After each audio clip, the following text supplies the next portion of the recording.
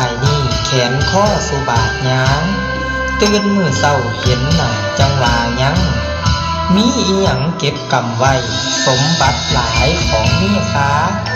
บาทว่าตายไปหาเอาไปน้ำบ่ได้คงเหลือไว้แม่นสุอัน